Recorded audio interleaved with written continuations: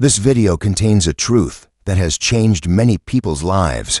If you have ever felt stuck, please leave a comment in the comment section. Have you ever woken up, looked in the mirror, and wondered, when did I start feeling older than I really am? Maybe your body doesn't move quite the way it used to, or your energy runs out halfway through the day.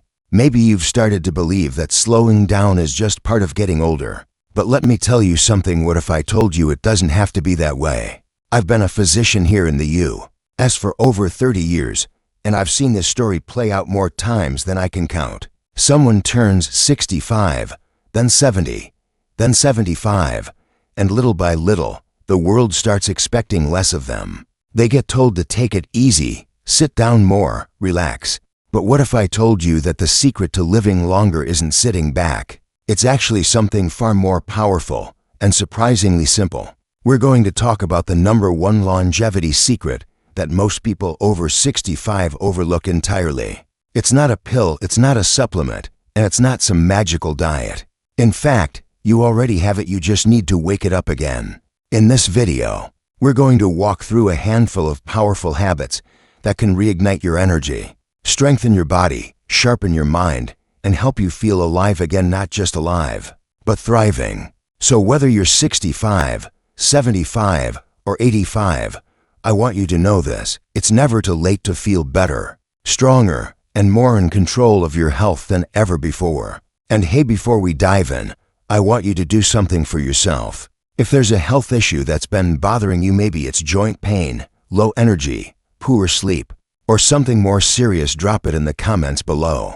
This community is here for you, and I'm here too. I'll be checking the comments, and I'd love to offer some guidance where I can. Now, let's get into it, because your best years aren't behind you. They're still unfolding. Let's start with the first habit that's often ignored, but truly life-changing. And it's this: purpose. I know, you might be thinking, really? That's it? But listen to me carefully. People who live the longest into their 90s, even 100s, they almost all have one thing in common. They have a reason to wake up in the morning. A purpose. It doesn't have to be saving the world or running a marathon. It can be gardening, watching over grandkids, volunteering, reading to children at the library, even walking your neighbor's dog every afternoon. It's the why behind your days that keeps your heart beating stronger and longer. The science backs this up too. Multiple studies show that seniors with a strong sense of purpose reduce their risk of heart disease, stroke, and even Alzheimer's. Not only that, but they also report fewer doctor visits, less depression, and better sleep. Purpose gives your brain something to look forward to. And that anticipation, it lights up your brain in ways even the most expensive medication can't. So if you've been feeling like you're just going through the motions lately, ask yourself this: what makes me feel useful? What brings me joy? What would I miss if I stopped doing it? Maybe you haven't asked those questions in a while. That's okay, but start asking them now. And if you're not sure where to begin, start small. Try something just one day a week. Pick up a hobby you used to love. Offer to help someone in your community. Purpose doesn't have to be loud. It just has to be real. Now, let's talk about the second habit, and this one might surprise you just as much. It's not about how much you exercise. It's about how often you connect with other people. Yes, connection, relationships, human contact. I can't tell you how many of my patients thought they were just tired or slowing down, when in reality, they were dealing with loneliness. And I don't mean just being alone, I mean feeling like you're not seen, not needed, not heard. It's a silent epidemic among seniors, and it affects everything from your immune system to your memory to how quickly your body heals. Here's what most people don't realize: loneliness is as damaging to your health as smoking 15 cigarettes a day. It raises your blood pressure. It increases inflammation. It weakens your body's natural defenses. And worst of all, it steals your joy. But here's the good news: it doesn't take much to turn that around. A phone call, a walk with a friend, a weekly card game, even joining a local group, yes, they're out there, can rekindle that spark you might not even realize you've been missing. I know some of you might be thinking, well, I don't have many people around anymore, or it's hard to meet new people at my age. I hear you, but connection doesn't always have to mean a big social circle. Even a regular chat with your neighbor or getting involved in a small online group can do wonders. And if you're someone who's watching this and feeling a bit alone right now, just know, you're not. You're part of this community now. We're here with you and for you. Let's support each other, because the truth is, the longest living people aren't necessarily the ones with the best genes. They're the ones with meaningful relationships, people to laugh with, people who ask how they're doing, people who make life feel worth showing up for. So purpose and connection, two things that don't cost a dime, but could change the rest of your life. Now that we've talked about what's happening on the inside your heart, your mind, your emotions, let's shift gears a bit and look at something physical. Because yes, there's another daily habit that might just be your secret weapon to aging powerfully. So as you can see, being around others who bring joy, warmth, and meaning to your life is far more than just a pleasant pastime. It's a powerful tool for living longer and feeling better every single day. Now, let's shift our attention to something that might surprise you, because it's not a vitamin. It's not an expensive supplement, and it's definitely not found in a prescription bottle. I'm talking about purpose. Yes, purpose. You see, one of the most overlooked but scientifically backed factors in longevity is waking up each day with a sense of purpose. I've seen it time and time again in my years of medical practice. My patients who lived longer, healthier, more vibrant lives weren't necessarily the ones who had the perfect diet or the ideal blood pressure readings. They were the ones who had a reason to get out of bed in the morning, whether it was taking care of a pet, tending a garden, mentoring young people, volunteering, writing, painting, or even simply keeping the family photo albums organized. Those small, meaningful tasks added structure and joy to their days. It's easy to think that once we retire or the kids are grown or the hustle of daily life quiets down, we're meant to sit back and relax. And don't get me wrong, rest is important, but your mind and heart still need a sense of why. Why am I here? What difference can I still make? The answer doesn't have to be huge. It just needs to be real. If you're sitting there thinking, but I don't have anything left to offer, I wanted to stop you right there. You do. You absolutely do. Your life has been full of experiences, lessons, wisdom. You've overcome challenges and helped people in ways you may not even realize. And right now, someone in your community or even just down the street could use that wisdom. Maybe it's a teenager who's struggling to find their way. Maybe it's a neighbor going through a rough patch. Maybe it's your own grandchild craving more time with you. When you find ways to connect your life experience to someone else's need, that's purpose. And that spark, that reason, can literally change the way your brain and body function. Studies have shown that older adults with a strong sense of purpose sleep better, have lower rates of depression, and even have a reduced risk of heart disease and cognitive decline. It's not magic, it's meaningful living. And the best part? You get to define what that means for you. Now let's talk about something a little more physical but no less surprising. Movement. But not just movement for movement's sake. I'm talking about joyful movement. There's a big difference between dragging yourself to the gym and dancing to your favorite song in the living room. And let me tell you, after 65, how you move matters even more than how much you move. We've been fed this idea that staying healthy means pushing through pain or doing rigid routines.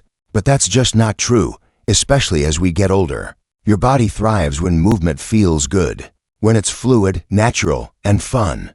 Think about gardening, walking the dog, gentle yoga, stretching while listening to music, even something as simple as tidying up the house while chatting on the phone. All of these are forms of movement that support balance, circulation, flexibility, and mood, all without feeling like a chore. And if you've got creaky knees or a stiff back, don't worry. Start where you are. Move in ways that feel safe. Listen to your body. Some of the longest living communities in the world, the so-called blue zones, aren't filled with marathon runners. They're filled with people who walk every day, who work with their hands, who bend and reach and stretch as part of daily life. They don't count steps or track heart rates, they just keep moving, naturally and consistently. One of my patients, a lovely woman in her 70s, used to tell me, "I don't do exercise, doc, but I dance every morning while I make my coffee." And I told her, that's exercise. That's exactly what I want to hear.